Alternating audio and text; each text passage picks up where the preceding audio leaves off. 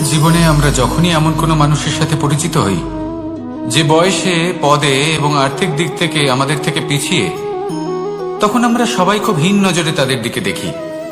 মনেই করি না যে সেই ব্যক্তির নিজস্ব একটা অস্তিত্ব রয়েছে, তার নিজেরও একটা মাহাত্ম্য রয়েছে। আমাদের মনেই হয় না যে আমাদের সামনে দাঁড়িয়ে থাকার যোগ্যতা আছে তাদের। চলুন আপনাকে একটা প্রশ্ন করি, শূন্যের নিজস্ব মূল্য কোথায়? আপনি বলবেন কিছুই না। শূন্যের আবার নিজস্ব মূল্য কোথায়? কিন্তু যখন এই শূন্যই কোনো সংখ্যার সাথে এসে যুক্ত হয়ে যায়, কোনো অঙ্কের সাথে এসে যুক্ত হয়ে যায়, তখন তার মূল্য অনেক গুণ বৃদ্ধি পায়। অর্থাৎ এই শূন্যের মূল্য অবশ্যই আছে। আর আমাদের জীবনেও এমন কিছু ব্যক্তি থাকেন, তাদের দেখে মনে হয় যে এদের কোনো মূল্যই নেই।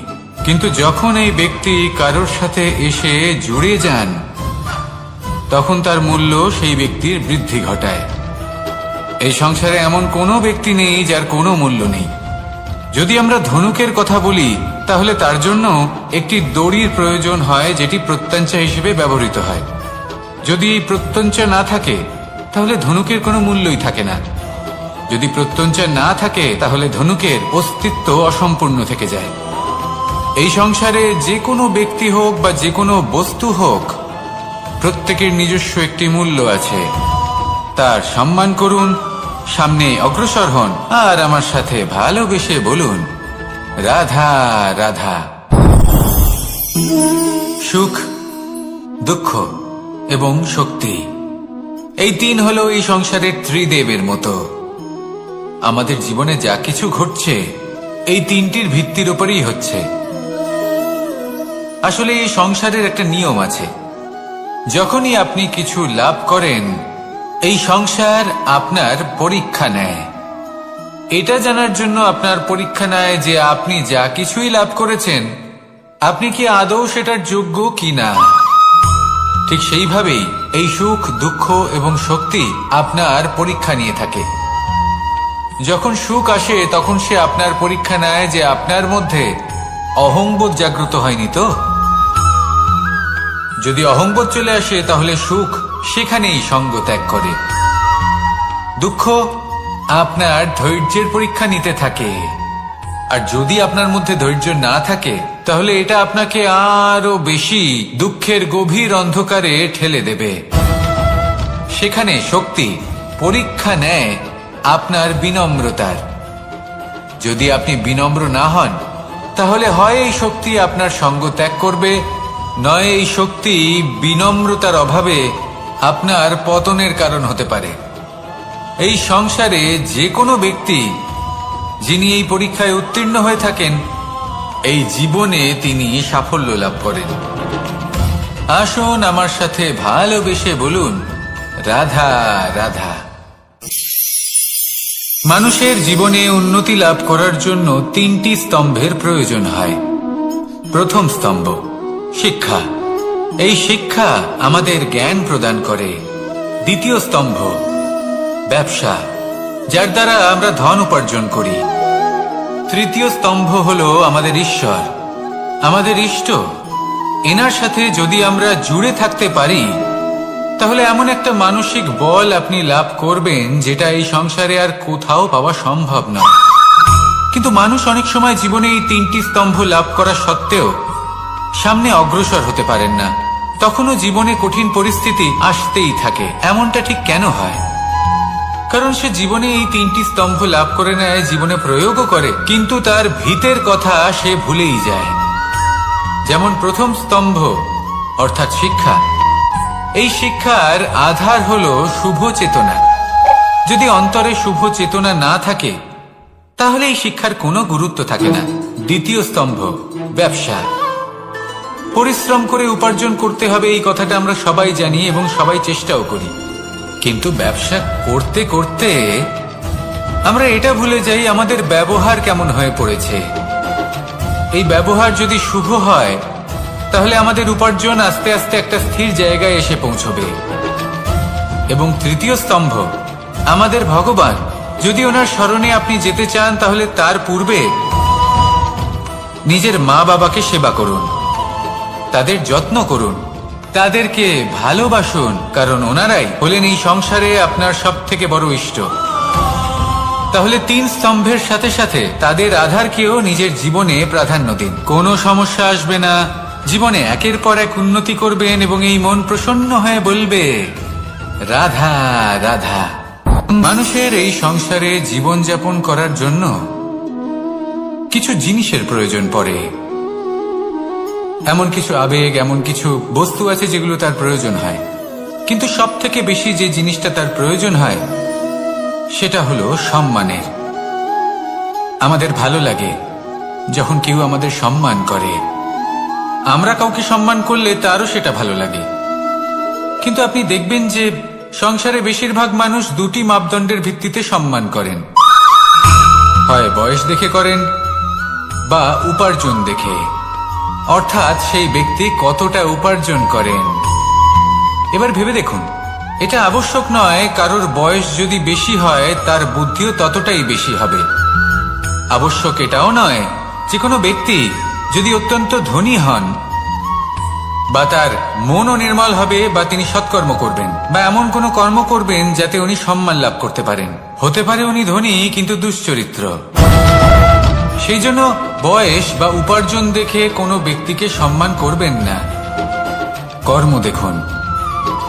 যদি গভীরভাবে ভেবে দেখেন তাহলে দেখবেন যদি কোনো মানুষ কোনো সৎকর্ম করেন তাহলে তার প্রতি হৃদয় থেকে সম্মান জাগ্রত হয়। এটাই হলো সেই সম্মান যা অর্জন করতে হবে। বয়স আজ আছে, কাল আরো বৃদ্ধি পাবে। উপার্জন আজ আছে, কাল সেটা কমে যেতেও পারে। কিন্তু যদি আপনি নিরন্তর শুভকর্ম করতে থাকেন তাহলে আপনি মৃত্যুর পরেও অমর হয়ে থাকবেন। আসুন আমার সাথে ভালোবেসে বলুন রাধা রাধা। ভয়ের সাথে আমরা সবাই পরিচিত, কষ্টও আমরা সবাই পেয়েছি। কখনো কখনো আমরা অসুস্থ হয়ে পড়ি, আর এমন সময় হলে মাতার মমতা, কখনো বাবার স্নেহ, কখনো বন্ধুদের পাশে থাকার অনুভূতি আমাদের রোগ নিরাময়ে সাহায্য করে।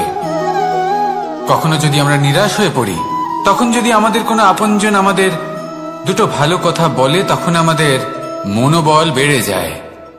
ঠিক তেমন সংসারের এই রঙ্গমঞ্চে যদি আপনি পীড়িত অনুভব করেন, কিছু শুভ কথা আলোচনা করুন, কিছু স্তুতি গান করুন, কিছু মুহূর্তের জন্য হলেও নিজের ইষ্টদেবের কথা স্মরণ করুন আর প্রার্থনা করুন। সাহস বাড়বে, শক্তিও বৃদ্ধি পাবে এবং সামনে এগিয়ে চলার পথও দেখতে পাবেন। তখন এই মন প্রসন্ন হয়ে বলবে রাধা রাধা। মানুষের জীবনে উন্নতি লাভ করার জন্য 3টি স্তম্ভের প্রয়োজন হয়। প্রথম স্তম্ভ শিক্ষা। এই শিক্ষা আমাদের জ্ঞান প্রদান করে। দ্বিতীয় স্তম্ভ ব্যবসা, যার দ্বারা আমরা ধন উপার্জন করি। তৃতীয় স্তম্ভ হলো আমাদের ঈশ্বর, আমাদের ইষ্ট। এনার সাথে যদি আমরা জুড়ে থাকতে পারি তাহলে এমন একটা মানসিক বল আপনি লাভ করবেন যেটা এই সংসারে আর কোথাও পাওয়া সম্ভব নয়। কিন্তু মানুষ অনেক সময় জীবনে এই 3টি স্তম্ভ লাভ করা সত্ত্বেও সামনে অগ্রসর হতে পারেন না। তখনও জীবনে কঠিন পরিস্থিতি আসতেই থাকে। এমনটা ঠিক কেন হয়? কারণ সে জীবনে এই 3টি স্তম্ভ লাভ করে নেয়, জীবনে প্রয়োগও করে, কিন্তু তার ভিতের কথা সে ভুলেই যায়। যেমন প্রথম স্তম্ভ অর্থাৎ শিক্ষা। এই শিক্ষার আধার হলো শুভ চেতনা। যদি অন্তরে শুভ চেতনা না থাকে তাহলে এই শিক্ষার কোনো গুরুত্ব থাকে না। দ্বিতীয় স্তম্ভ ব্যবসা। পরিশ্রম করে উপার্জন করতে হবে, এই কথাটা আমরা সবাই জানি এবং সবাই চেষ্টাও করি।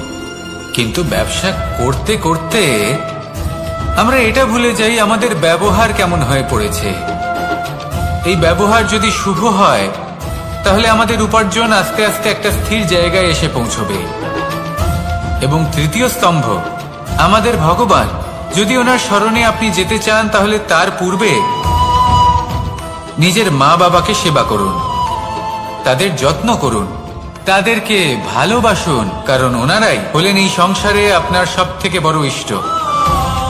তাহলে 3 স্তম্ভের সাথে সাথে তাদের আধারকেও নিজের জীবনে প্রাধান্য দিন। কোনো সমস্যা আসবে না, জীবনে একের পর এক উন্নতি করবেন এবং এই মন প্রসন্ন হয়ে বলবে, রাধা রাধা।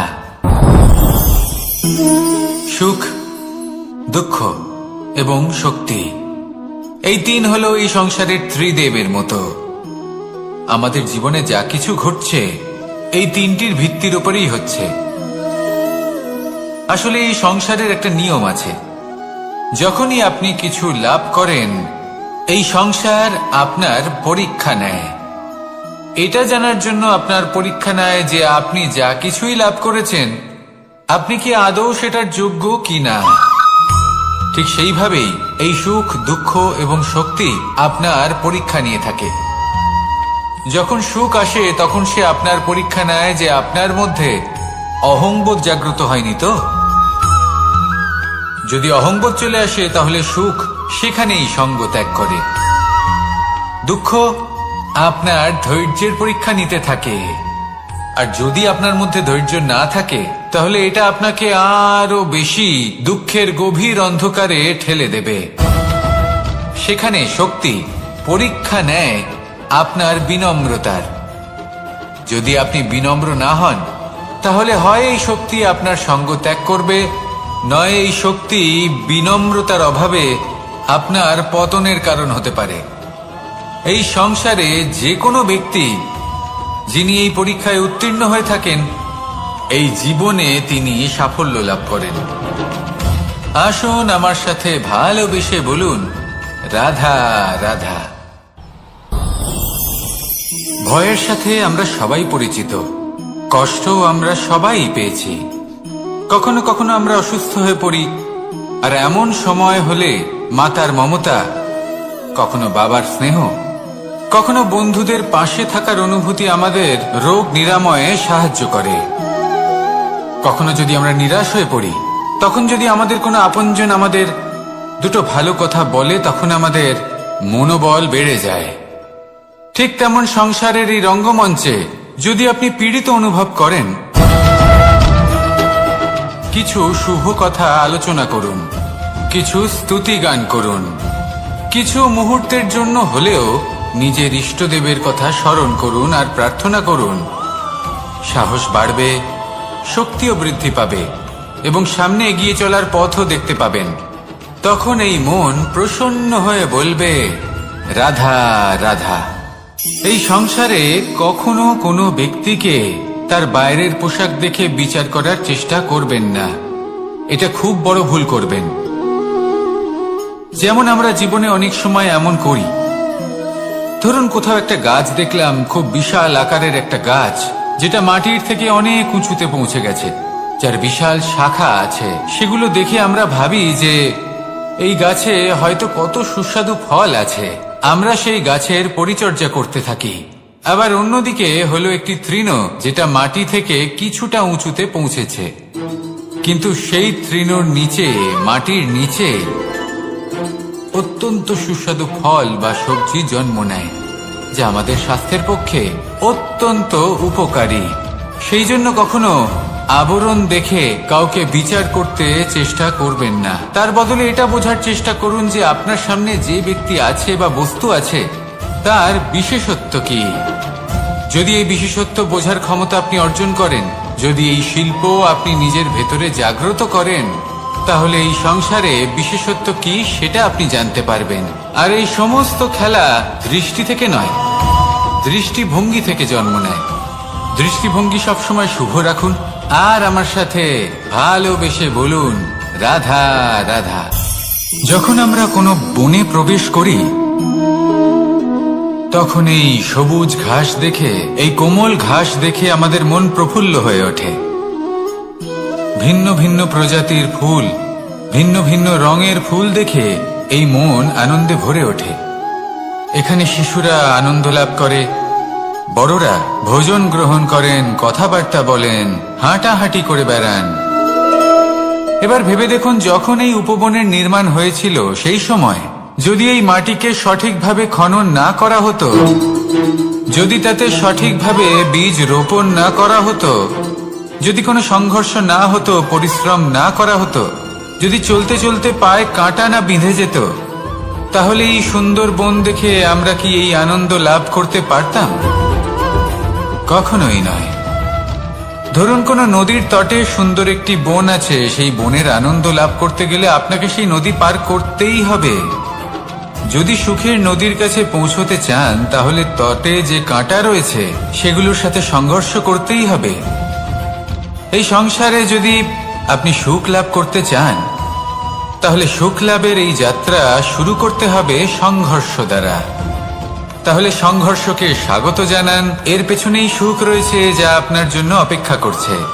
এবার হাসুন আর আমার সাথে ভালোবেসে বলুন, রাধা রাধা। মানুষ সুখী জীবন যাপনের প্রতি এতটাই অভ্যস্ত হয়ে পড়ে যে একটা ছোট্ট সমস্যা এলেই সে সবার থেকে সাহায্য চাইতে শুরু করে দেয়। সে সাহায্য লাভও করে এবং সেই সংকট থেকে সে বেরিয়েও আসে। কিন্তু এই সাহায্য কিছু মুহূর্তের, আর কিছু মুহূর্তের হলো এই দুঃখ।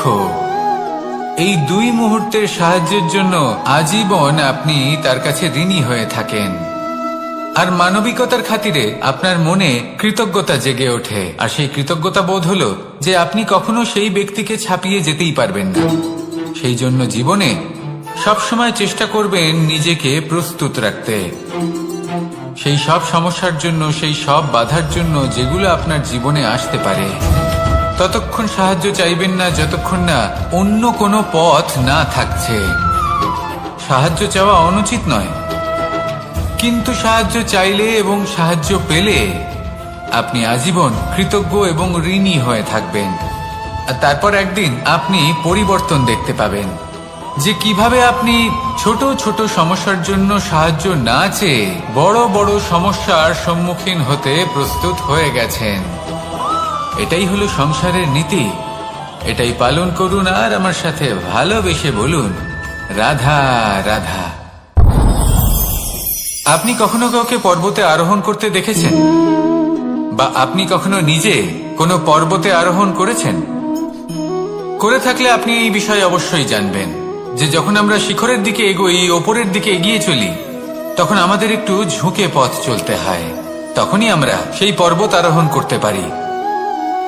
কিন্তু যে ব্যক্তি নিচের দিকে ফিরে আসছেন তিনি কিন্তু ঝুঁকে চলেন না, তিনি দৃঢ়ভাবে সোজা হয়ে নিচে নামেন। এই ভারসাম্য বজায় রাখার এই খেলাতে সংসারের একটা সার লুকিয়ে রয়েছে। যদি আপনিও জীবনে উঁচুতে উঠতে চান, শিখরে পৌঁছতে চান, তাহলে আপনাকেও নত হয়ে বিনম্র হয়ে সামনে এগোতে হবে। সেখানে যদি আপনি বুক চিতিয়ে উদ্ধতভাবে অহংকার বোধ নিয়ে চলতে থাকেন, সেখান থেকেই আপনাকে নিচে নামতে হবে। কোনো ব্যক্তি তার বিনম্র স্বভাব দেখেই বোঝা যায় যে সেই ব্যক্তি সাফল্যের শিখর দেশে আরোহণ করছে নাকি নিচে তথা খাদের দিকে যাত্রা করছে। তাই সবসময় বিনম্র থাকুন, শ্রেষ্ঠ কর্ম করুন, পরিশ্রম করুন আর আমার সাথে ভালোবেসে বলুন, রাধা রাধা। মানুষের জীবনে স্বচ্ছতার একটা আলাদা গুরুত্ব আছে। যদি আপনি নিজেকে স্বচ্ছ রাখেন তাহলে আপনার নিজেরও ভালো লাগবে, সামনের ব্যক্তিরও ভালো লাগবে, একটা অন্যরকম প্রভাব পড়বে।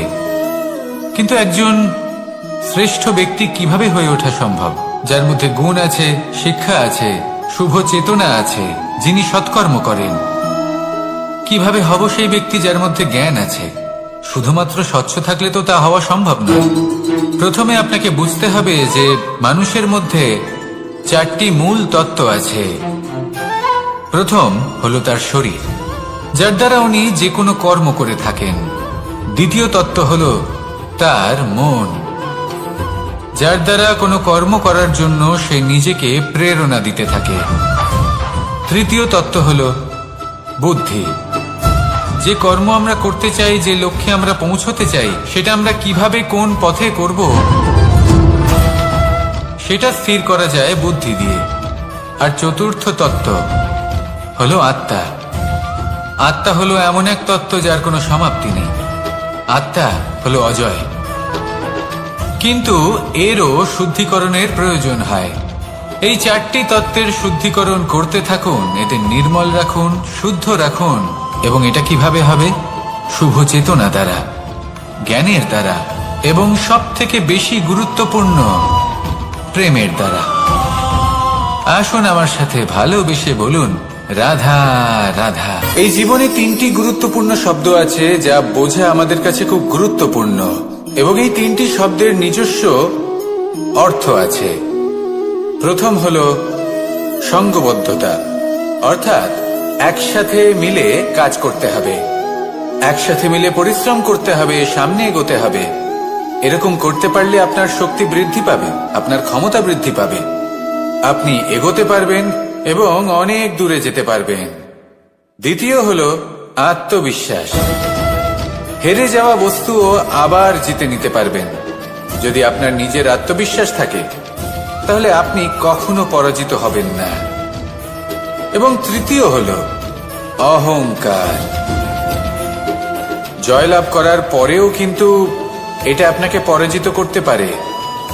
সেই জন্য জীবনে সঙ্গবদ্ধ হন, আত্মবিশ্বাস রাখুন, কিন্তু কখনোই অহংকার করবেন না। এই অহংকার আপনার থেকে সবকিছু কেড়ে নিতে পারে। এই অহংকারের জন্যই মথুরাপতি কংস নিজের পতনের দিকে অগ্রসর হয়েছিলেন। এই অহংকারকে ত্যাগ করুন আর আমার সাথে ভালোবেসে বলুন, রাধা রাধা। এই সংসারে সব থেকে বেশি কঠিন কাজ কোনটা? কেউ বলবেন যুদ্ধ করা, কেউ বলবেন ধন অর্জন করা, আবার কেউ বলবেন জ্ঞান অর্জন করা সব থেকে বেশি কঠিন। এবার প্রত্যেক ব্যক্তির নিজস্ব অভিজ্ঞতা আছে আর সেই অনুসারে তার নিজস্ব একটা উত্তর আছে। সাধারণভাবে দেখতে গেলে এই সংসারে সব থেকে কঠিন হলো তপস্যা করা, অর্থাৎ সব কিছু ত্যাগ করে তপস্যায় নিজেকে বিলীন করে দেওয়া। এবার এর থেকে বেশি কঠিন এই সংসারে আর কি বা হতে পারে? এই সংসারে, এই সমাজে, নিজের পরিবারের মধ্যে থেকেও ধৈর্য ধরে সামনে অগ্রসর হওয়া, এটা হলো সব থেকে কঠিন কাজ।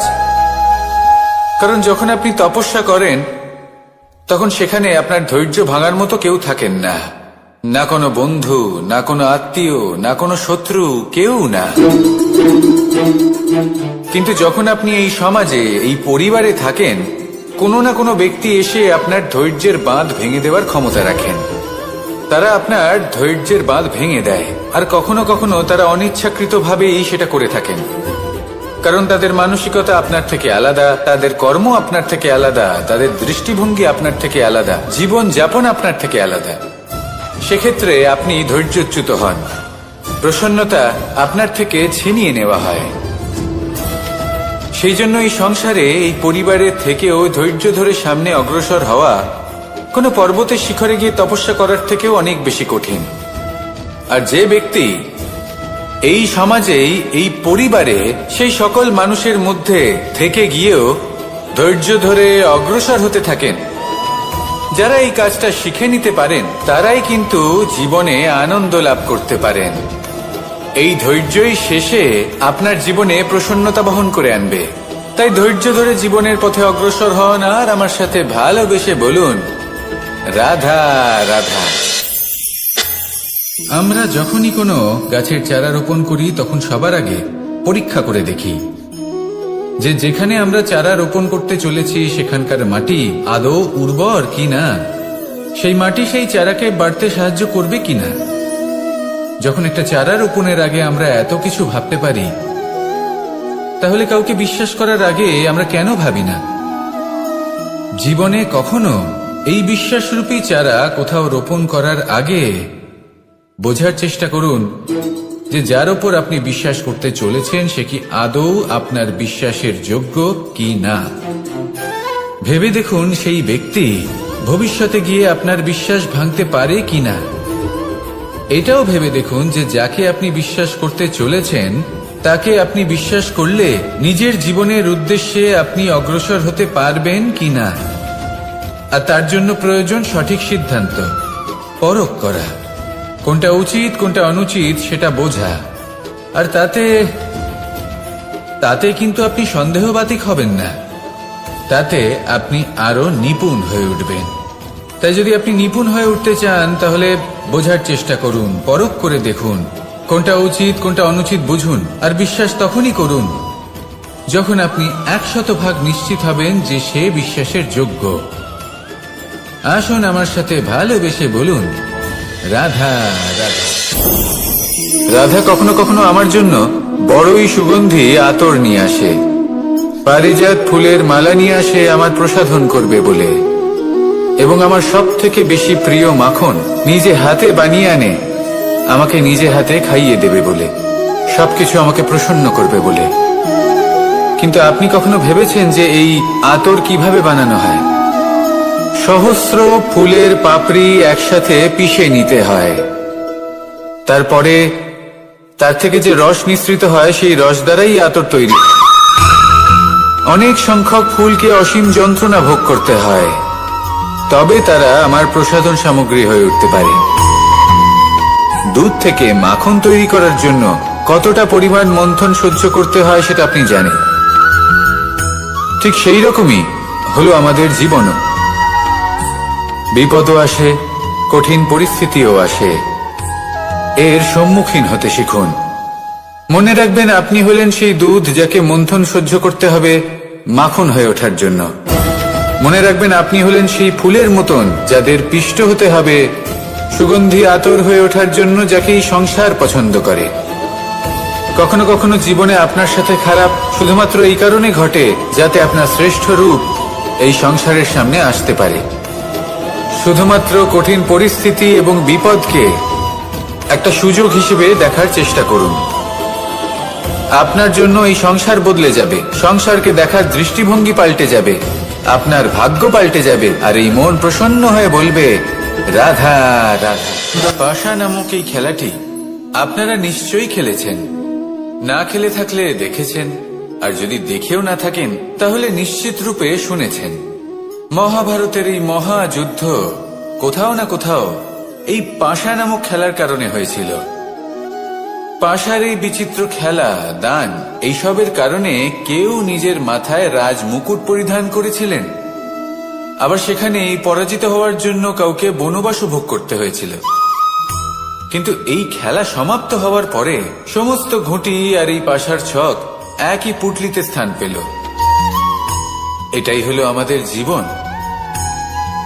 এই সংসারে আমরা জয় পরাজয়ের বিষয়ে এতটাই ভাবি, এত চিন্তা করি যে এই জীবনের খেলার আনন্দটাই উপভোগ করতে পারি না। আর অবশেষে কি হয়? কেউ জয়ী হন, কেউ পরাজিত হন, কিন্তু দুজনেই একই স্থানে পৌঁছে যান। প্রত্যেক ব্যক্তি মৃত্যুর পরে একটি নির্দিষ্ট স্থানেই পৌঁছতে বাধ্য, কিন্তু ততক্ষণ এই জীবন, এই খেলা, তার আনন্দ উপভোগ করুন। এই সংসারে সেই ব্যক্তি শ্রেষ্ঠ স্থানে পৌঁছতে পেরেছেন যিনি এই সংসারকে প্রকাশ প্রদান করেছেন, যিনি কখনো জয় পরাজয় এ বিষয়ে ভাবেননি, শুধু এই জীবনের খেলার আনন্দ উপভোগ করেছেন। এটাই আপনিও করুন, আর আমার সাথে ভালোবেসে বলুন, রাধা রাধা। প্রত্যেক মানুষ নিজের জীবনে দুঃখ অনুভব করেন। প্রত্যেকের দুঃখ আলাদা হতে পারে।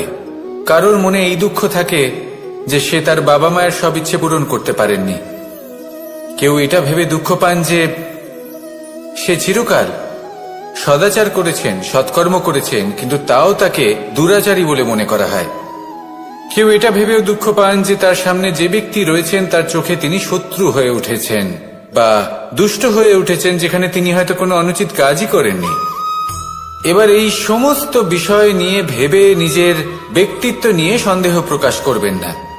যদি নিজের ব্যক্তিত্ব নিয়ে কোনো সন্দেহ থেকে থাকে তাহলে কর্ম সংক্রান্ত প্রশ্ন করুন যে আপনি যা করেছেন তাতে কি উচিত ছিল, কি অনুচিত ছিল। যেটা প্রয়োজন সেটা এটা বোঝার যে আপনার অন্তর্মন, আপনার বিবেক আপনাকে কি বলছে, আর আপনার অন্তর্মন আর আপনার বিবেক আপনাকে যেটা করতে বলবে শুধু সেটাই করুন। আর তারপরে এই সংসার কি বলবে, কি ভাববে সেসব নিয়ে ভাবতে যাবেন না, কারণ এই সংসার তো ঈশ্বরকেও প্রশ্ন করে থাকে, ঈশ্বরকেও দোষী মনে করে। কখনো কখনো যখন কোনো ঘটনা মানুষের ইচ্ছা অনুযায়ী ঘটে না, তখন মানুষ এটা বলে যে হে ঈশ্বর, আপনি আমার পাশে থাকলেন না, আপনি বড়ই কঠোর, এটা আপনার দোষ। যেখানে বেশিরভাগ সময় হয়তো সে নিজেই নিজের কর্মফল ভোগ করছে, আর কখনো কখনো ঈশ্বর হয়তো তার জন্য আরো ভালো কোনো পরিকল্পনা করে রেখেছেন, কিন্তু মানুষ এটা বুঝতে পারে না। তাই দিনের শেষে যেটা প্রয়োজন সেটা হলো নিজের মনের কথা বুঝতে হবে। আপনার বিবেক কি বলছে শুধু সেটাই করুন, আর সামনে এগোতে থাকুন। আমার সাথে ভালোবেসে বলুন, রাধা রাধা।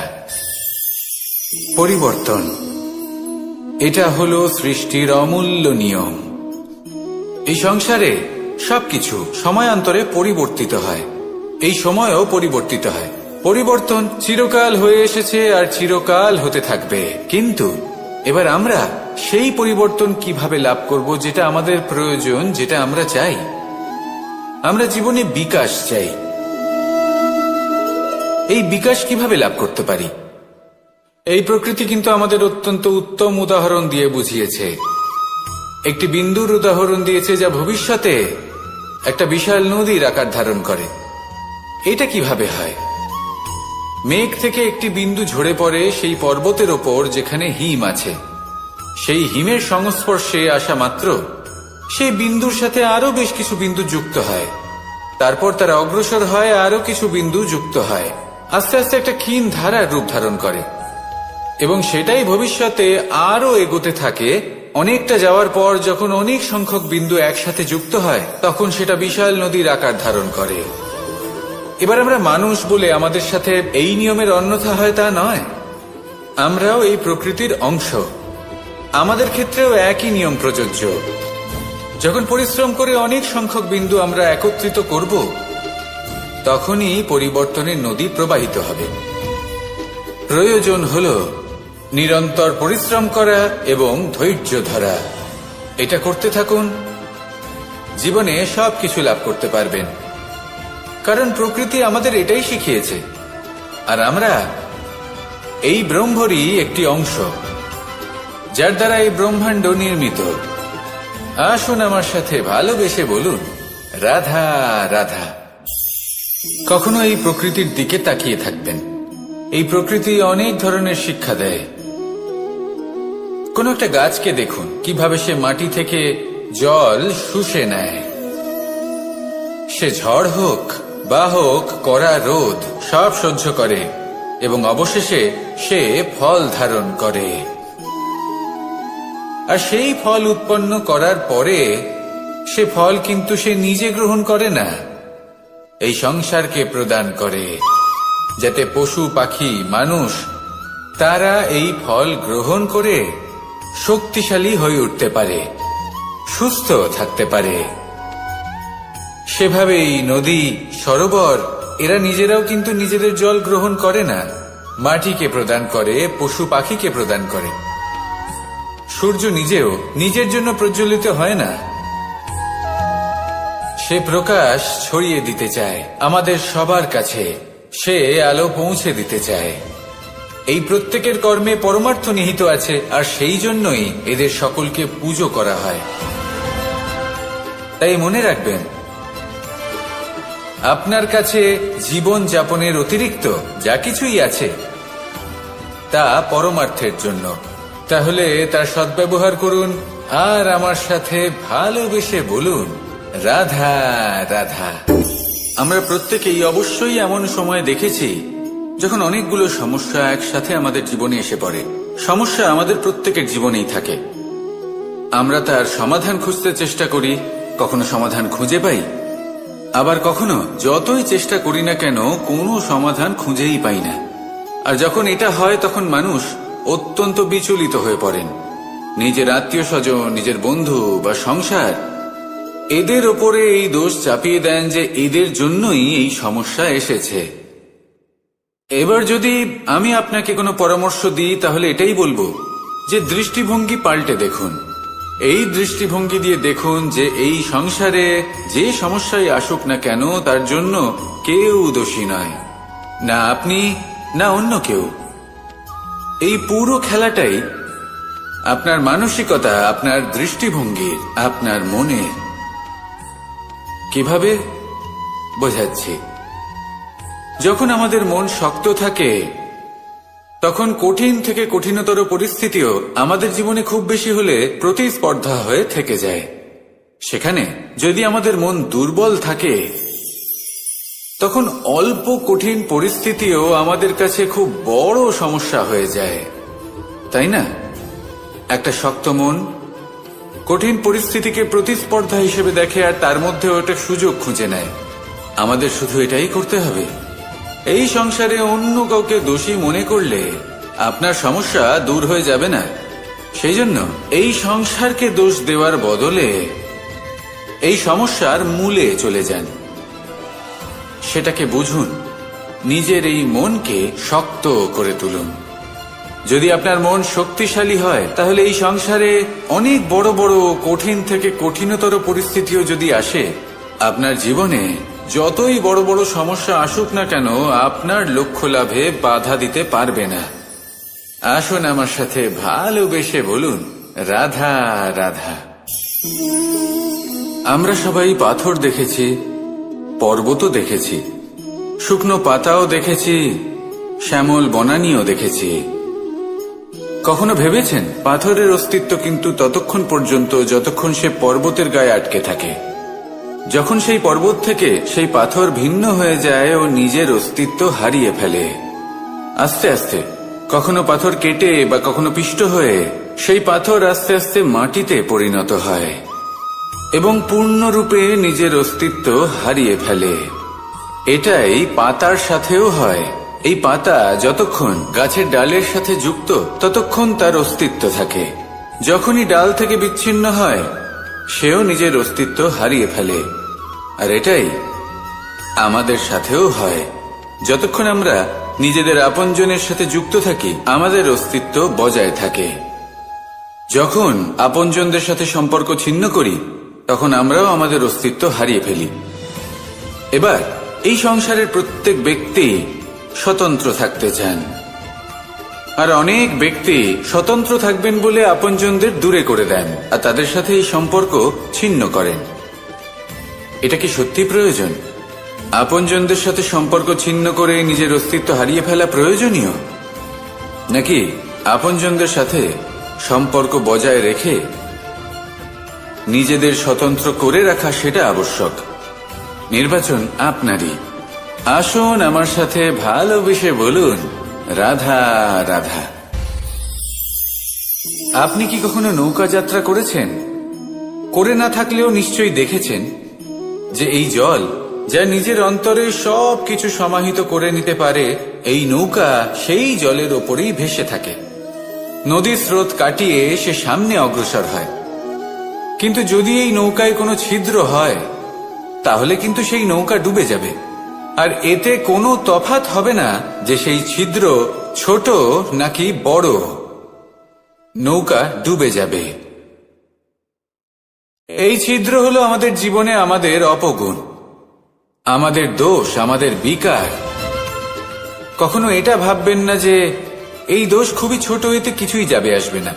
না, সেই ছোট দোষ, সেই ছোট বিকার, যদি সেটাকে শুধরে না নেন, তাহলে সেটা আপনাকে আপনার পতনের দিকে নিয়ে যাবে। শেষ পর্যন্ত এটা আপনার উপর নির্ভরশীল যে আপনি কি চান। আপনার জীবনের এই নৌকা এভাবেই ডুবে যেতে দেখবেন, নাকি নিজেকে শুধরে নিয়ে সেই নৌকার সেই ছিদ্রটাকে ভরিয়ে তুলতে চাইবেন? নির্বাচন আপনার। আসুন আমার সাথে ভালোবেসে বলুন, রাধা রাধা। জল, জলই পৃথিবীতে বেঁচে থাকার জন্য আবশ্যক তো বটেই, কিন্তু এই জল আমাদের একটা অত্যন্ত গুরুত্বপূর্ণ শিক্ষা প্রদান করে। কখনো এই জলকে দেখেছেন? যে পরিস্থিতিতেই এই জল প্রবাহিত হোক না কেন, এর উপর যা কিছুই প্রভাব থাকুক না কেন, এর পথে যতই বাধা আসুক না কেন, তার মধ্যে থেকে ও নিজের পথ ঠিক বের করে নেয়, কিন্তু নিজের প্রবাহ থামতে দেয় না, ক্রমাগত অগ্রসর হতে থাকে। সেরকমই একটা শিক্ষা যেটা আমরা জল থেকে পেয়ে থাকি, তা হলো এটা: আমরা যখন জলের দিকে তাকাই, তখন আমরা নিজের প্রতিবিম্ব দেখি, স্পষ্টভাবে দেখতে পাই। কিন্তু তখনই দেখতে পাই যখন এই জল শান্ত থাকে, স্থির থাকে। যদি এই জল অশান্ত হয়ে থাকে, স্থির না হয়, তাহলে আমরা এতে নিজের প্রতিবিম্ব দেখতে পাই না। এটাই আমাদের মনের সাথেও হয়ে থাকে। যখনই জীবনে কোনো সংকট, সময়, এই সময় আসলে কি? এই সময় একটা সরল রেখা তো কখনোই নয়। সময় হলো একটা চক্র, যেখানে এর আদি সেখানেই হলো এর অন্ত, আর যেখানে তা শেষ হয় সেখান থেকেই তার শুরু হয়। এই সময় একটা অত্যন্ত বিচিত্র চিন্তা, বিচিত্র ভাবনা, একটা বিচিত্র বস্তু যা কেউ বুঝতে পারেন না। এই সময়ের লীলা, এর কোনো প্রমাণ নেই, কোনো জ্ঞান নেই, কোনো পরিমাপ নেই। শুধু এটুকু আমরা জানতে পারি, যেখানে শেষ হবে সেখান থেকে একটা নতুন সূচনাও হবে। যা আজ আপনার কাছে আছে কাল অন্য কারোর কাছে যাবে, তারপরে তার কাছ থেকেও অন্য কারোর কাছে যাবে, তারপরে তার থেকেও ছিনিয়ে নেওয়া হবে। এই নিয়তির একজনের কাছ থেকে অন্যজনের কাছে আদান প্রদানের এই সময় হলো আপনার সময়। এই সময়ের সদ্ব্যবহার করুন, এই সময়কে বাঁচুন। আপনাকে শুধু এটাই সুনিশ্চিত করতে হবে যে আপনি কোন পক্ষে আছেন। আর সত্যি বলতে কি, আপনার জীবনের পরিণাম নির্ভর করে আপনার নির্বাচনের ওপর। আপনি কোন পক্ষ নির্বাচন করছেন। তাহলে মনে রাখবেন, জীবনে সেই পক্ষই নির্বাচন করবেন যা চয়ন করার পরে আপনি সুখ অনুভব করবেন, আপনি সন্তোষ লাভ করবেন, প্রসন্নতা লাভ করবেন। আর আমি এটাই সুনিশ্চিত করব যে এই পক্ষ যেন শান্তির পক্ষ হয়, এই পক্ষই যেন প্রেমের পক্ষ হয়। তাহলে চিন্তা করবেন না, আর আসুন আমার সাথে ভালোবেসে বলুন, রাধা রাধা।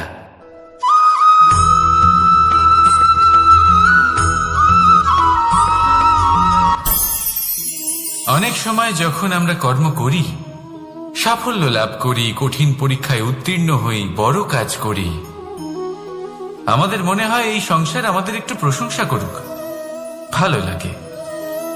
অনেকবার মনে হয় এটা হলো আমাদের কর্মের ফলই বটে, আমরা আনন্দ পাই। কিন্তু যখন আমরা এই প্রশংসা পাই না, তখন কি হয়? আমরা দুঃখী হয়ে যাই, ভেঙে পড়ি। মনে হয় যেন আমার জন্য কেউ চিন্তাই করে না, এমন মনে হয় যেন আমাদের আনন্দে অন্য কেউ আনন্দই পায় না। অনেক রকম ভাবনা আসে।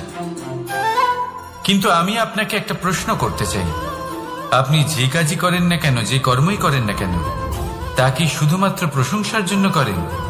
যদি এরকম হয়ে থাকে তাহলে সেই ভাবনা এক্ষুনি ত্যাগ করুন, কারণ এই প্রকৃতি আমাদের অন্য শিক্ষা দেয়।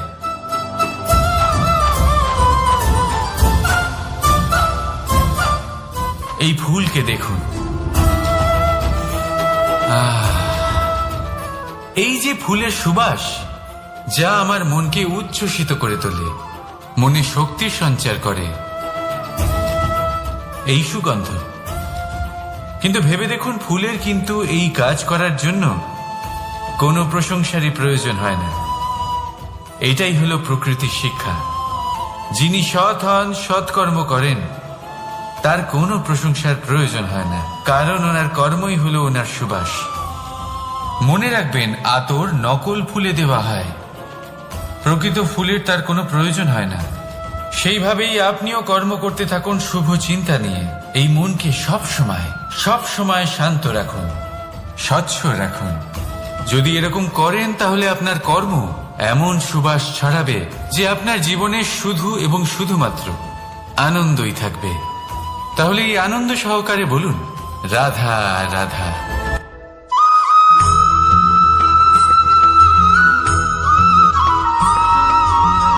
কর্ম এবং ফল দেখতে গেলে এই সমস্ত ব্রহ্মাণ্ড এই দুইয়ের মাঝেই স্থির হয়ে আছে। মানুষজন কর্ম করেন ভালো ফল লাভের আশায়, আর ভালো ফল লাভের আশায় উনি এটাই ভুলে যান যে উনি যে কর্ম করছেন তা কি করছেন। আমি বলেছিলাম কর্ম করুন ফলের চিন্তা না করে, কিন্তু কি কর্ম করছেন সেই বিষয়ে ভাবাটাও অত্যন্ত আবশ্যক। নয়তো অনেক সময় আমরা এমন কর্ম করে ফেলি যা না চাইতেও বিষে পরিণত হয়, যা হয়েছে দুঃশাসনের সাথে, দুর্যোধনের সাথে, গুরু দ্রোণের সাথে। একজনের মানসিকতা উচিত ছিল না, একজনের বিবেক উচিত ছিল না, আরেকজন যে পক্ষ নির্বাচন করেছিলেন সেই পক্ষ উচিত ছিল না। আর যা কিছু ওনাদের সাথে হলো, আপনার, আমার, আমাদের সকলের সাথে তা হতে পারে। আমি বলেছিলাম কর্ম করুন, ফলের চিন্তা করবেন না, কিন্তু এই কর্মের বিষয়ে বিচার করে দেখাটাও ততটাই আবশ্যক। দেখুন, কর্ম করার উচিত প্রক্রিয়া ফলের চিন্তা না করা, কিন্তু যদি আপনার কর্ম শুভ হয় তাহলে তার ফলও নিয়তি আপনাকেই দেবে। সর্বদা কর্ম করার সময় এটা ভাবুন যে আপনার এই কর্ম এই সংসারকে, এই সমাজকে, আপনার পরিবারকে, আপনার আশেপাশের মানুষজনকে কোন দিশায় নিয়ে যাবে। যদি এটা সবার জন্য মঙ্গলময় হয় তাহলে কর্ম করতে থাকুন। আর হ্যাঁ, নিশ্চিত রূপে ফলের চিন্তা করবেন না। আসুন আমার সাথে ভালোবেসে বলুন, রাধা রাধা।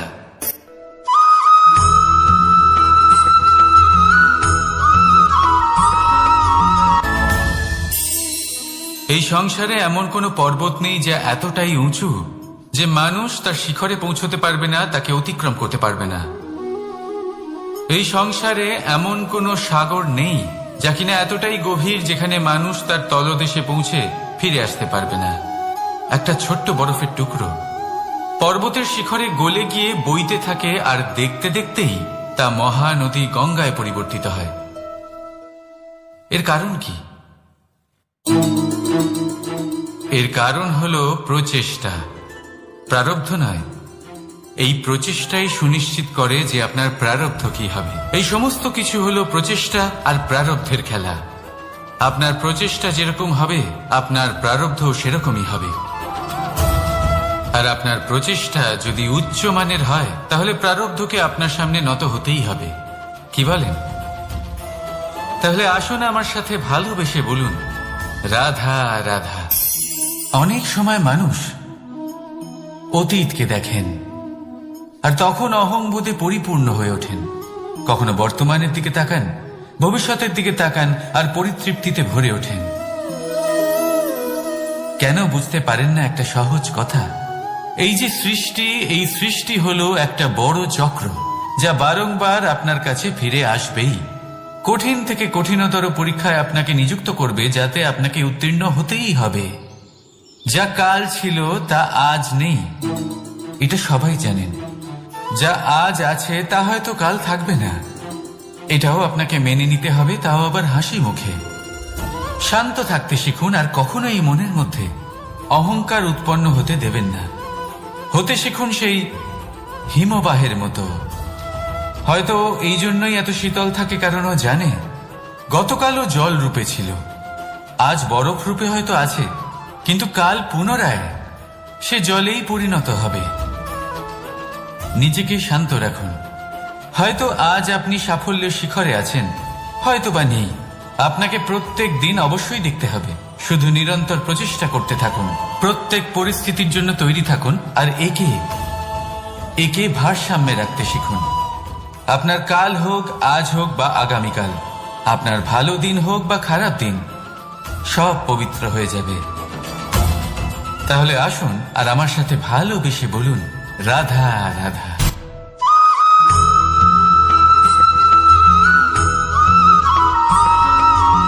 প্রতিশোধ অথবা কাউকে দুঃখ দেওয়ার ভাবনা, যদি এটা আপনার মনে থাকে তাহলে আপনি নিজের মনেই যন্ত্রণার একটা বিশাল বৃক্ষ রোপণ করছেন, এটা মনে রাখবেন। কারণ কাউকে দুঃখ দেবার এই ভাবনা, এটা হলো সেই বীজ যা আপনার মনেই পতিত হবে, আপনার মনেই অঙ্কুরিত হবে, আর আপনার মনেই একটা বিশাল বৃক্ষরূপে বেড়ে উঠবে। জীবন আপনার, কর্ম আপনার, কাউকে দুঃখ দেবার ভাবনা আপনার ছিল, এই বৃক্ষ হলো আপনার, তাই এর ফলও আপনিই পাবেন, যা গ্রহণও আপনাকেই করতে হবে। মনে রাখবেন, যে মানুষ এটা ভাবে যে আমি ওকে দুঃখ দেব, ওকে কষ্ট দিতে চাই আমি, সেই মানুষই দুঃখ আর কষ্ট পেয়ে থাকে।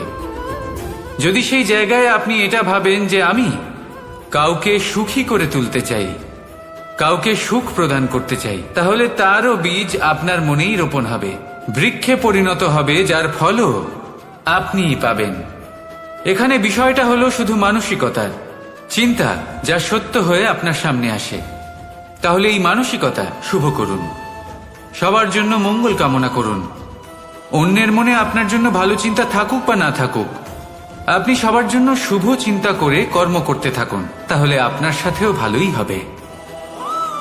তাহলে আসুন আর আমার সাথে ভালোবেসে বলুন, রাধা রাধা।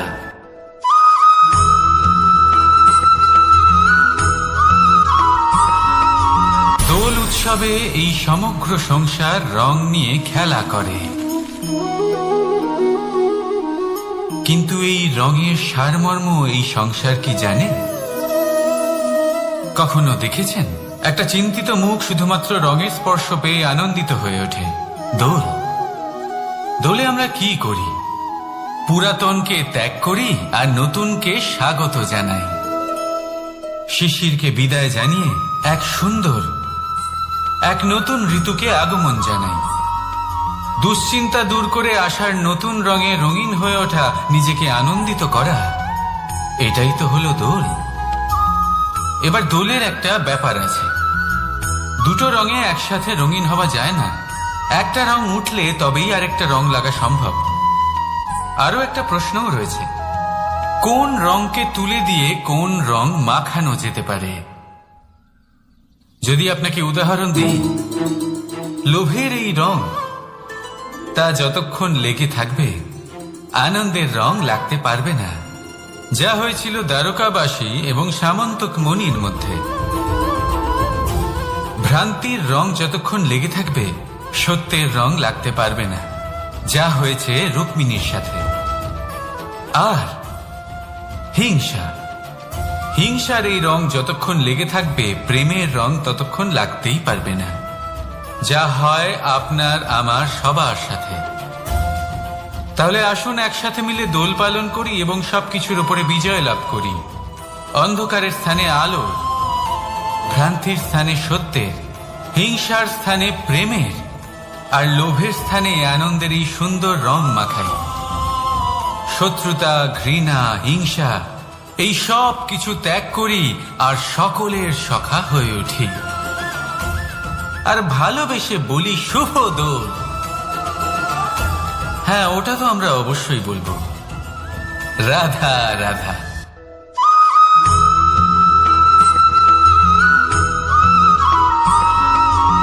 কখনো কখনো মানুষ মনে করেন যে সে নিজেই সব থেকে বেশি শক্তিশালী, তিনি হলেন জ্ঞানী।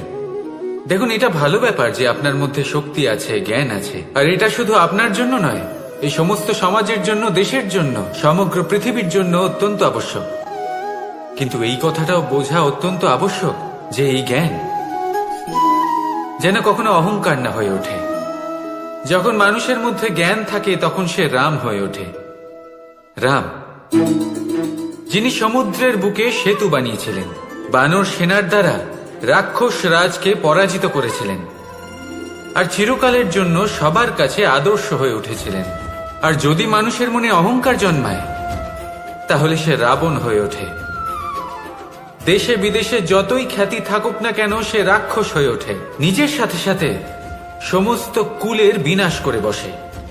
এবার জ্ঞান নাকি অহংকার, আপনার কি চাই সেই সিদ্ধান্ত আপনার, আর আপনার এই সিদ্ধান্তই নিশ্চিত করবে যে আপনার কর্ম কি হবে, আর আপনার এই কর্মই নিশ্চিত করে দেবে আপনার প্রারব্ধ কি হবে। তাহলে শুভ কর্ম করুন আর আমার সাথে ভালোবেসে বলুন, রাধা রাধা।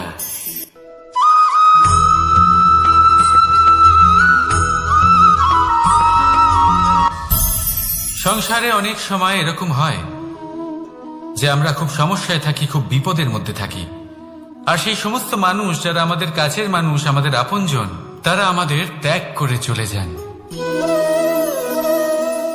আমরা এই সময় দুঃখ পাই, নিরাশ হয়ে পড়ি এবং একা একাই সেই সমস্যাকেও কাটিয়ে উঠি। এবার পরিস্থিতি যেমন খুশি হোক না কেন, সেই সব মানুষ যারা এমন সময় আপনাকে ত্যাগ করেছেন তাদের প্রতি ক্রুদ্ধ হওয়া, অভিমান করা, এটা অনুচিত। আমি বলবো তাদের প্রতি কৃতজ্ঞ থাকুন। আমি বলবো তাদের ধন্যবাদ জানান যে তারা এমন সময় আপনার সঙ্গ ত্যাগ করেছেন যখন আপনার তাদের সব থেকে বেশি প্রয়োজন ছিল। কারণ দেখুন, হয় তাদের বিশ্বাস ছিল যে আপনি নিজেই এই বিপদ থেকে বেরিয়ে আসতে পারবেন, বা তাদের ত্যাগ করার জন্য আপনি নিজের উৎসাহ বাড়িয়ে তুললেন, আপনি নিজের শক্তি বাড়ালেন এবং নিজে সেই সমস্যা থেকে বেরিয়ে আসলেন। নিজের খারাপ সময়কে আপনি নিজেই ভালো সময় করে তুললেন। শেষ পর্যন্ত আপনি আরো শক্তিশালী হয়ে উঠলেন, আরো শ্রেষ্ঠ হয়ে উঠলেন। আর এটাই তো আপনার বিজয়, যার কারণ হলো তাদের আপনাকে ত্যাগ করা। তাহলে তাদের ধন্যবাদ জানান আর আমার সাথে ভালোবেসে বলুন, রাধা রাধা।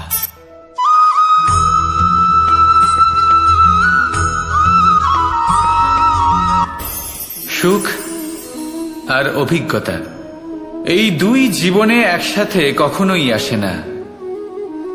মনে রাখবেন, যেখানে সুখ থাকে সেখানে অভিজ্ঞতা থাকে না। আর যখন এই সুখ আমাদের জীবন থেকে দূরে চলে যায়, তখন আমাদের জীবনে আসে এই অভিজ্ঞতা। পরমাত্মা, প্রকৃতি, নিয়তি এই অভিজ্ঞতাকে আমাদের জীবনে পাঠান যাতে আমরা একটা অত্যন্ত গুরুত্বপূর্ণ শিক্ষা, একটা জ্ঞান প্রাপ্ত করতে পারি। এই অভিজ্ঞতা আমাদের শেখায় যে অতীতে এমন কি হয়েছিল যা আমাদের করা উচিত হয়নি। আমাদের শেখায় ভবিষ্যতে এমন কি আছে যা আমাদের করা উচিত আর কি করা উচিত নয়। দেখতে গেলে এই অভিজ্ঞতা আমাদের সেই শিক্ষা দেয় যার জন্য আমরা সুখের দিকে উচিতভাবে অগ্রসর হতে পারি। সেই জন্য জীবনে যখনই দুঃখ আসবে, দুঃখের এই সময় আসবে, তখন হতাশ হবেন না। বোঝার চেষ্টা করুন এই পরিস্থিতি কেন এসেছে, কি শিক্ষা দিতে এসেছে।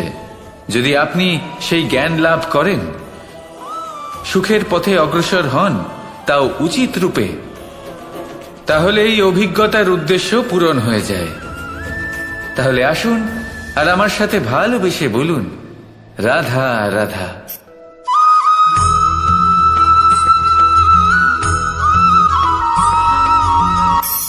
ধন, ধন হলো কারোর জন্য মোহ, আবার কারোর জন্য মায়া, কারোর জন্য হয়তো ভাগ্য, আবার কারোর জন্য কর্মের পারিশ্রমিক। দেখতে গেলে এই ধন হয়তো সবার জন্যই অত্যন্ত প্রয়োজনীয় হয়ে থাকে। সেই জন্যই তো মানুষ নিজের সমস্ত জীবন অতিবাহিত করেন এই ধন অর্জন করার জন্য। অনেক মানুষ এমনও হয় যাদের সমস্ত জীবন এই ধন অর্জন করতেই কেটে যায়। প্রত্যেক মানুষই চেষ্টা করেন যেন তিনি ধনী হন, যত সম্ভব বেশি ধন অর্জন করতে পারেন, সম্পন্ন থাকতে পারেন। আর তা হবে নাই বা কেন? কারণ এটাই হলো এমন এক বস্তু যা আদান প্রদান এমন নানান কাজে আসে। চেষ্টা তো সব মানুষই করেন, ধন অর্জন সব মানুষ করতে পারেন না। কারণ হলো এটাই যে মানুষ ভাবেন যে তার কাছে কিছু ধন এলে তারপর তিনি কিছু করে দেখাবেন। আর ধন ভাবে যদি এই মানুষ কিছু করে দেখান তাহলে আমি তার কাছে আসব। সেই জন্য কিছু করে দেখান, এমন শ্রেষ্ঠ কাজ করে দেখান যাতে ধন নিজেই আপনার কাছে ছুটে আসে। যদি আপনি ধন লাভের আশায় ছোটেন তাহলে আপনি নিজের সন্তোষ ভাব হারিয়ে ফেলবেন। কিন্তু এই সম্পত্তি যদি আপনার কাছে ছুটে আসে তাহলে আপনাকে মহান বলা হবে।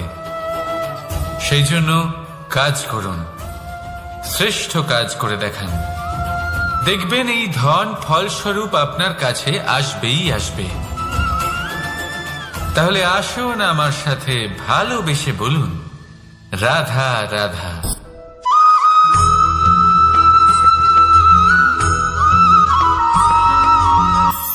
আজকাল আপনি দেখে থাকবেন যে মা বাবা শুধুমাত্র সন্তানকে ভালোবাসেন তা নয়, তাদের মোহেও জড়িয়ে পড়েন। বিদ্যালয়ে যখন পাঠান তখন সমস্ত সুযোগ সুবিধা দিয়েই পাঠান। চেষ্টা করেন যে সবসময় যেন সন্তান তাদের চোখের সামনেই থাকে। কিন্তু ভুলে যান এক অত্যন্ত গুরুত্বপূর্ণ কথা, যে সন্তানকে এক নতুন দৃষ্টিভঙ্গি দেওয়াই হলো ওনাদের কর্তব্য।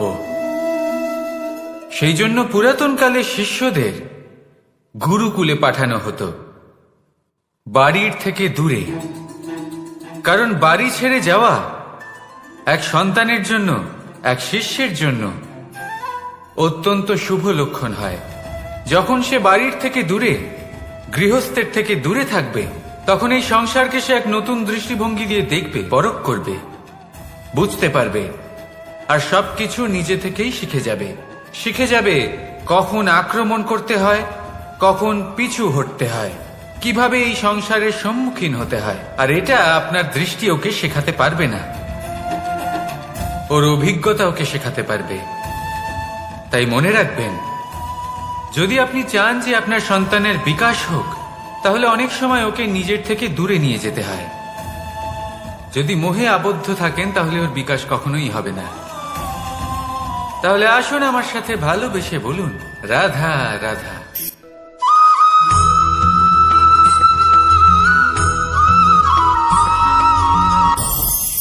আমাদের মনে সবসময় একটা প্রশ্ন এসেই থাকে, এই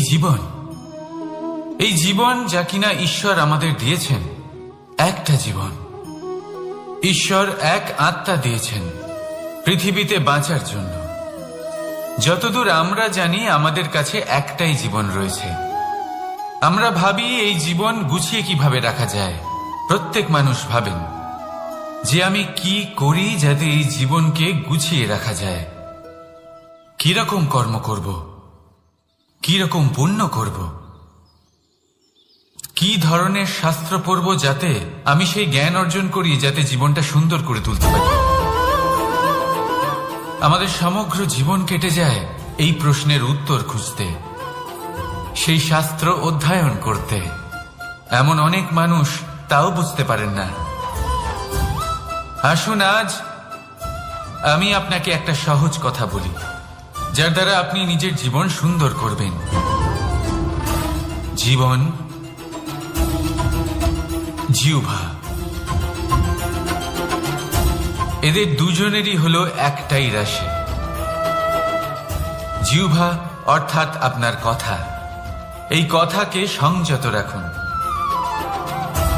একে সুন্দর করে তুলুন, মধুর কথা বলুন, যতটা সম্ভব একে নিয়ন্ত্রণে রাখুন, আপনার জীবন সুন্দর হয়ে উঠবে।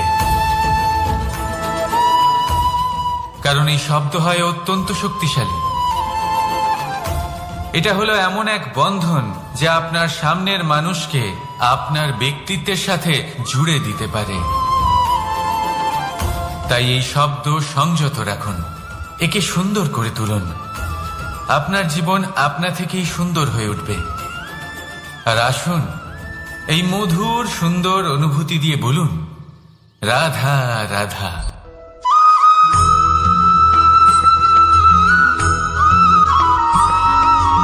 সমস্যা, কঠিন সময়, সংকট, বিপদ কার জীবনে নেই? প্রত্যেকের জীবনে আছে। কিন্তু আমাকে একটা কথা বলুন, যদি নৌকায় ঢেউকে ভয় পেতে শুরু করে তাহলে সাগর পার করবে কে? কখনো কোনো ছোট্ট পিঁপড়েকে দেখেছেন যে আকারে হয়তো ছোট হতে পারে কিন্তু বড় শিক্ষা দিয়ে যায়? কিন্তু আমরা শিখিই না। এবার দেখুন একটা পিঁপড়েকে যে ভোজনের খোঁজে বাইরে বের হয়, একটা ছোট্ট দানা তুলে নেয়। ছোট দানা তোলে কারণ তার থেকে বেশি সে তুলতেই পারবে না। সে দানা নিয়ে চলতে শুরু করে, কোনো দেওয়ালে উঠে পড়ে, আবার পড়েও যায়। সেই দানা দূরে কোথাও একটা পড়ে যায়, তা আবার খোঁজে, তুলে নেয়, আবার চলতে থাকে, পড়ে যায় আবার ওঠে, পড়ে যায় আবার ওঠে। সেই দানাটা রেখে দেয়, আবার বেরিয়ে পড়ে ভোজনের খোঁজে। পরিশ্রম করতে থাকে কিন্তু হার মানে না। এই শিক্ষাই তো আমাদের প্রাপ্ত করতে হবে। নিরন্তর পরিশ্রম আর নির্ভীক হয়ে কর্ম করে যেতে হবে। এটাই হলো সাফল্যের মাধ্যম, এটাই হলো জয়ের মন্ত্র, অচ্যুত অজয় অস্ত্র। তাহলে আসুন আর আমার সাথে ভালোবেসে বলুন, রাধা রাধা।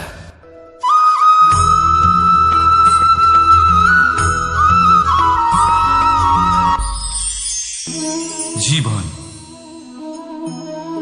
এই জীবন আসলে কি?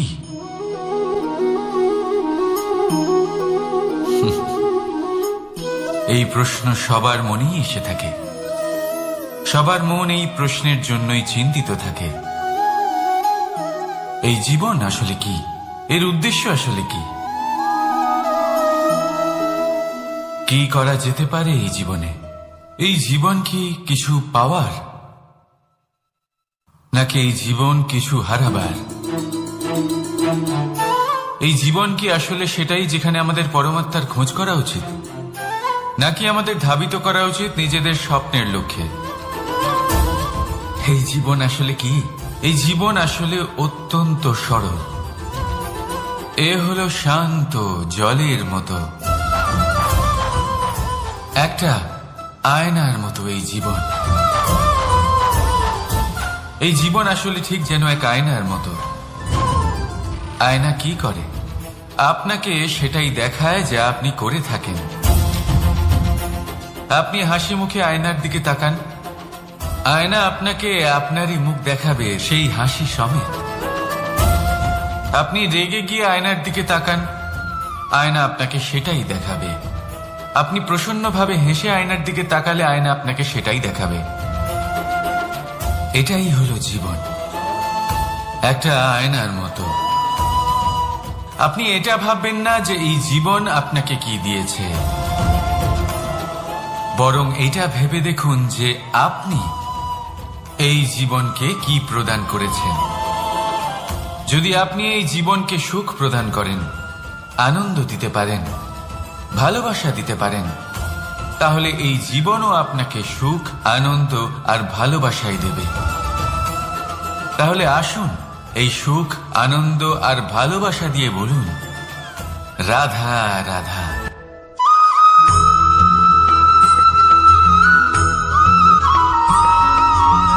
পরিবর্তন এই সংসারের শাশ্বত নিয়ম।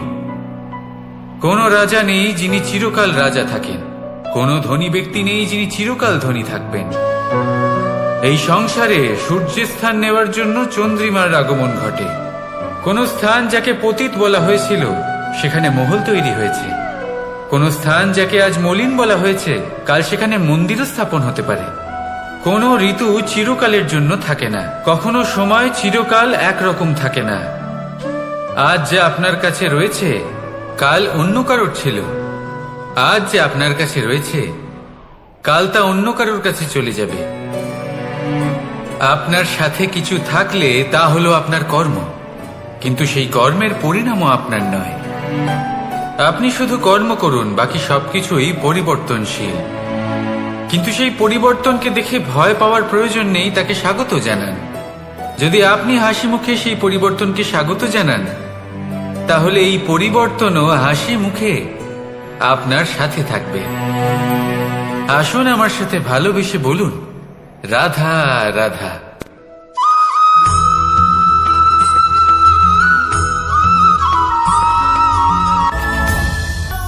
ধরিত্রীর বুকে গজিয়ে ওঠা এই দুব্য ঘাস দেখেছেন?